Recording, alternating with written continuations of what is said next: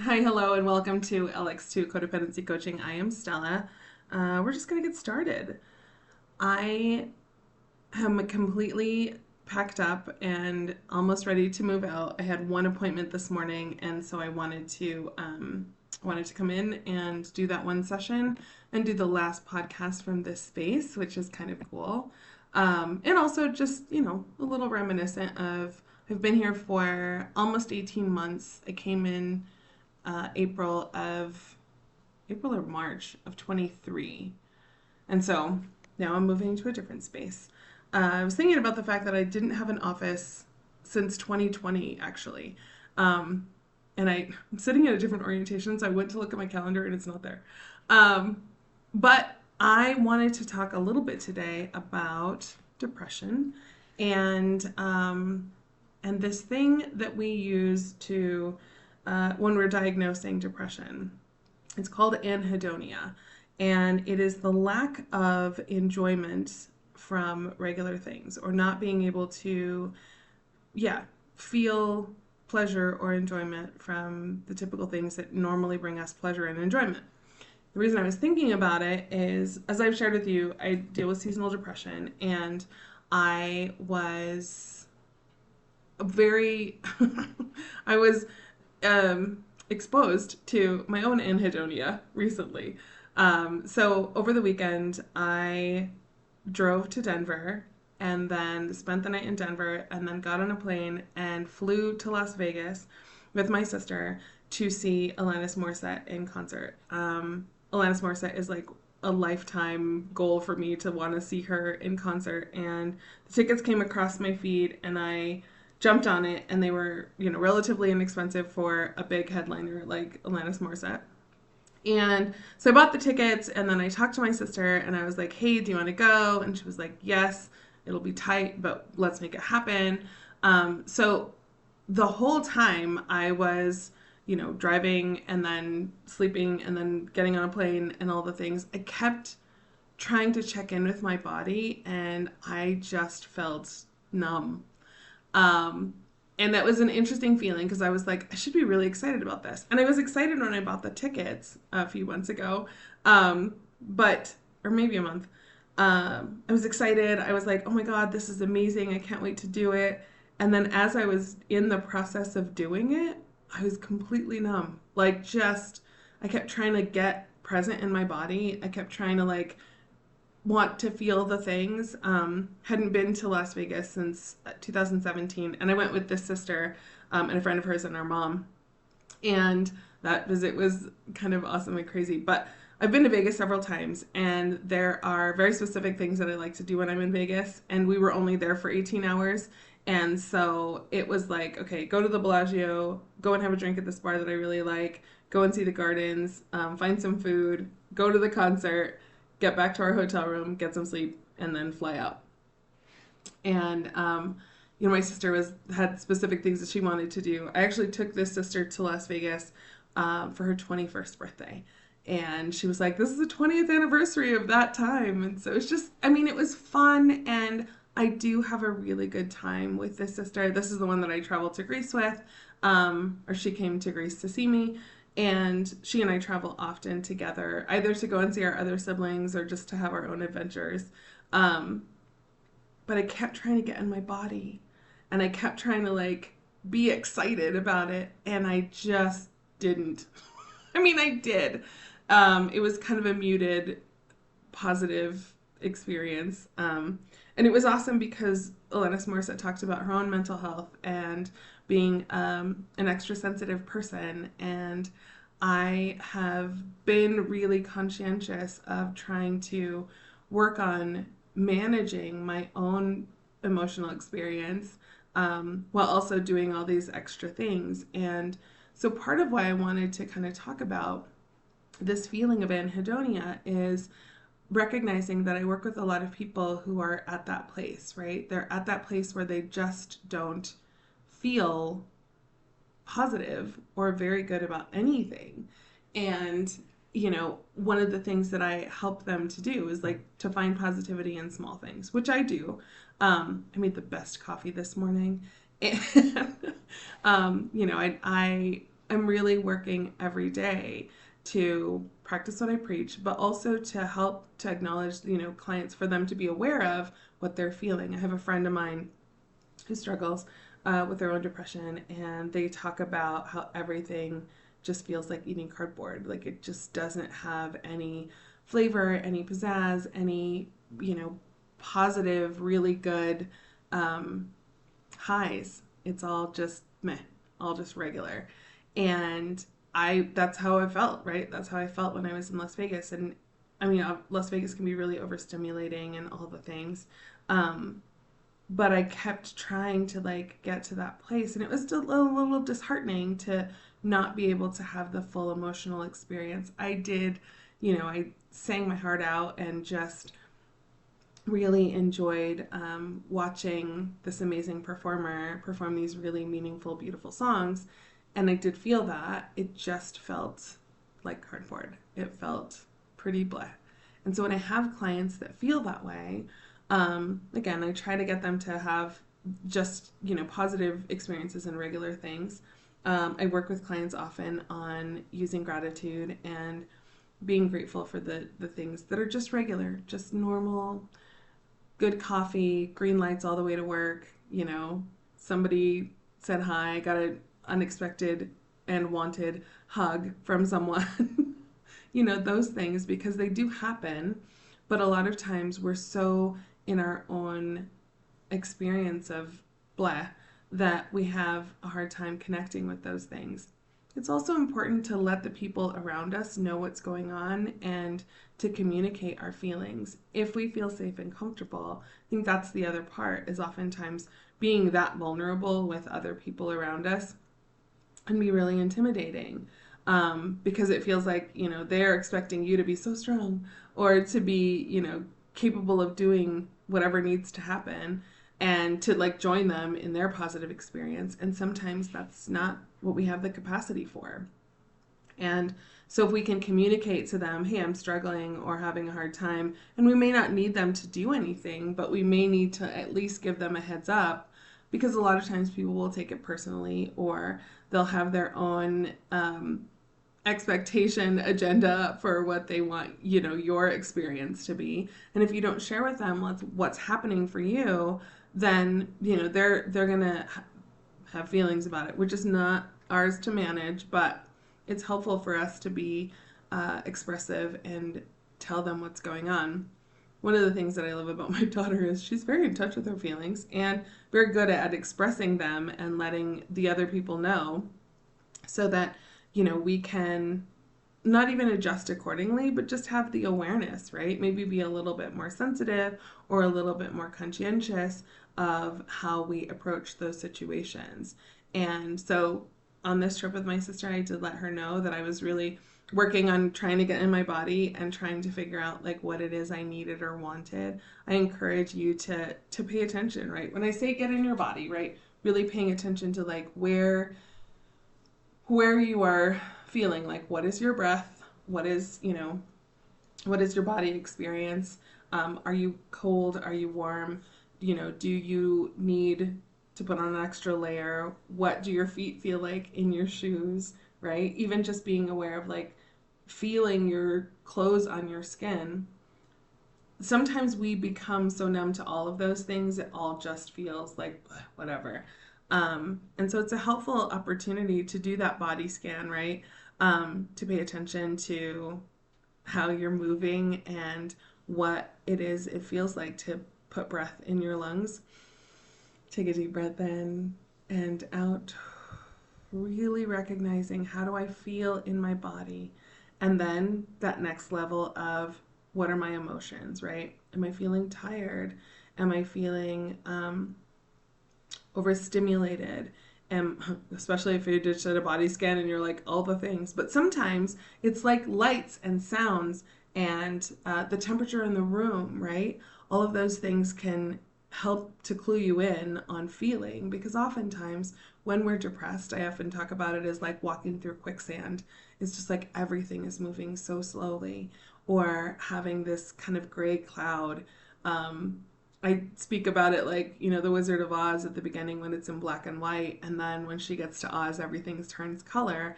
And a lot of times, for people who have such a significant chemical imbalance that medication is helpful, they do start to recognize the colors of what's happening around them. They start to pay attention to, the different smells. Everything becomes more, 3D and in color. And so it's an opportunity to start to pay attention to those things, to start to recognize like what you're lacking or what is not kind of hitting for you. Sorry, my computer was about to die and my cord is in a different place. But also paying attention to like when you're feeling too much, when you're feeling overstimulated, when you're feeling overwhelmed by the lights and the sounds, or even how your clothes fit on your body, right?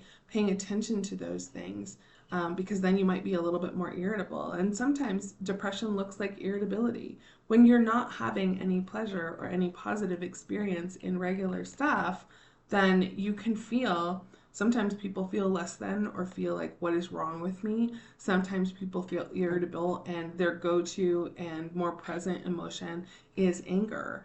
And so that's the other thing to pay attention to. When we are irritable, when everything feels kind of gross or not helpful, then yeah, we can have a shorter fuse. Then we can start to be more reactive. And depression also looks like that, right? If I'm not getting pleasure and endorphins from regular things, or even the things that used to bring me great pleasure, right? Sometimes going for a walk in the bosque, or meeting a friend for lunch, or spending time with people I care about. If those aren't hitting in the right way, then you might want to look into opportunities for medication to help that chemical imbalance. I do acknowledge that there is a place for medication in treating depression and anxiety. And so I don't think there's any shame in acknowledging that, like, I'm struggling and I need support. My brain is not working the way it's supposed to, right? My brain is not helping me process positive things or giving me the motivation and energy to get through the challenging time that I'm going through. And sometimes it's just physiochemical, sometimes it's situational. You're going through a hard time, there's a lot on your plate. You're not able to engage in a pleasurable way with the things that used to bring you joy. And so when you recognize, oftentimes when you talk to another person, usually a therapist, if not your friend, that says, hey, you've been in this for a while. Like, maybe it's an opportunity for you to go and talk to someone, even just to process it. What I know to be true for me and for other people is that when you can just get it out and kind of identify it, we can't fix anything that we don't identify and name. So once people start coming into my office, we process a little bit where this is coming from. We acknowledge, what are the things that we can do to start to find pleasure in little things? How can I get present in my body? How can I give myself a little bit of grace to work through that period where it feels like nothing is working the way it's supposed to, right? What I know to be true is people start to feel better, right? I know that this period, when my brain does not make enough endorphins, is temporary. And that gives me hope to get to the next few weeks, whatever it is, right? It was stark to me to go to this concert and not have the kind of Sparks amazing experience. It was good, like, again, but it just didn't taste the same. It didn't hit the same. We had a really good burger at this place called Naughty Patty, and so it was like a grilled cheese sandwich with a smash burger inside of it. It was so good. But it was it was fine. Like, I don't know. It was stark to me to recognize it, and maybe it was just because I was paying more attention and really trying to be present in my body. But there have been other days, I would not have changed a thing. I was exhausted when I got home, but it was worth it to know that I had done this thing. It was pretty incredible. And then my daughter was like, "Are you coming for Thanksgiving?" I cannot imagine getting back in the car and driving another 7 hours to Denver again so quickly, but Yeah, those are things, right? Create things to look forward to. Create things to, even if they're small, right? Looking forward to whatever Friday dinner is going to be for you, or, a ride for me on the Bosque, organizing my closet. Uh, I I struggle sometimes to find the motivation to get things done, which is another part of depression. For a lot of times, people are just like, I have no motivation. I don't have any desire to do the things that are on the list. And I struggle with trying to feel productive. Consequently, I feel guilty or I feel shame. Working through those emotions and allowing yourself to do a few things at a time, even if it's just, getting one 15-minute task, clearing off the table or cleaning the bathroom or doing the dishes, right? I think when people struggle with chronic depression, it's a really difficult thing to feel like doing regular stuff feels productive, right? A lot of times they can't get out of the bed. I have clients who have what they call their nest or their lair, and it's that place where they feel like they just can't move from, right? Often. And what I suggest is because they can do regular stuff, right? They can go to work or they can show up for their family obligations, but then they immediately want to go back to that space. And I can struggle with that sometimes, where I'm like, I don't want to leave. I don't want to leave my four walls, but I will, and I do tend to find like things. I plan things on purpose to look forward to, right? Things that I want to enjoy, even if I struggle to feel the enjoyment of it. I make the plan to be like, okay, I'm going to sit in this space and prepare myself. I'm going to put my shoes on. I'm going to go for that walk or whatever it is. And then I'm going to look forward to a sweet treat, or I'm going to look forward to watching a show, or I'm going to look forward to, having a connective conversation with a friend of mine. But those are things, ways to get you just moving a little bit at a time towards the goal, whatever that goal is. And so if you can work on that consistently and try to be like, okay, I know I don't feel it, I'm not motivated to do it, but if I start moving in that direction, then I know that I can actually do things and get it accomplished, but also maybe get a little bit of an endorphinic hit from it and feel a little bit better, right? It's hard. It's hard when we're processing emotions. And a lot of times with depression, we are processing all the hard and terrible things that have happened before now. We're processing all those, missed opportunities, or we're missing people in our lives. We're processing grief. Like, it hits and it feels like a tsunami. Feels like it's never going to end, but it always does. And that's the piece that I kept reminding myself this weekend is like, had I gone at any other time of the year, it might have been a different experience. But this is when I went, and this is the experience I had. And I was grateful always to have this amazing thing happen, but also grateful to, have grace for myself rather than feeling worse about it. I actually was like, well, this is where we're at. This is how it feels. And I'm gonna just kind of write it out and be like, okay, this is where I am. And so I want you to also recognize how to give yourself grace when you are struggling, right? I have people come in often who are in the throes of their own depressive episode. And what I know to be true is with those, couple of tools of like, okay, get present in your body, give yourself grace, and plan to look for little things that give you, some kind of endorphin or that feel okay, then you will get through it a little bit at a time. And if you need extra support, if you need medication, being able to reach out to a med provider to be able to do that. Water. I am not a doctor. I do not prescribe. I do recommend that people, because again, each body is different, right? So sometimes they have to try a couple different things, but stick to it, right? If the goal is relief, if the goal is to feel better than walking on quicksand, through quicksand, or walking around with like that cloud over your head all the time, you're going to have to stick to it and try it more than once. And I know that that feels exhausting because a lot of times with anhedonia and lack of motivation, we're tired we're just like not in it to do things. So it does take a little bit of extra effort, but it's worth it if you can get through it, right? And it does end. It does change. There will be different things. But if you feel like you need extra support, there is no shame in trying to get medication. I continue to move my body around. I did Pilates this morning, which was nice. I continue to work on giving myself grace. I continue to look forward to those small glimmers, whatever they are, of things to look forward to. I continue to set up times to go and do things and, you know, have things to look forward to, right? So there's your nugget. I just wanted to come and share that experience with you because I know that there are people out there that are also struggling with it. It doesn't, I think it normalizes it in that these are things people experience, but it also gives you the opportunity to recognize that there are tools and skills. There are people out there that are skilled to get you through it. And there are people, even those people have struggles and challenges, right? Next week we will be in a different environment, and I don't know what that's going to look like, but I'm excited about it. I do have a place.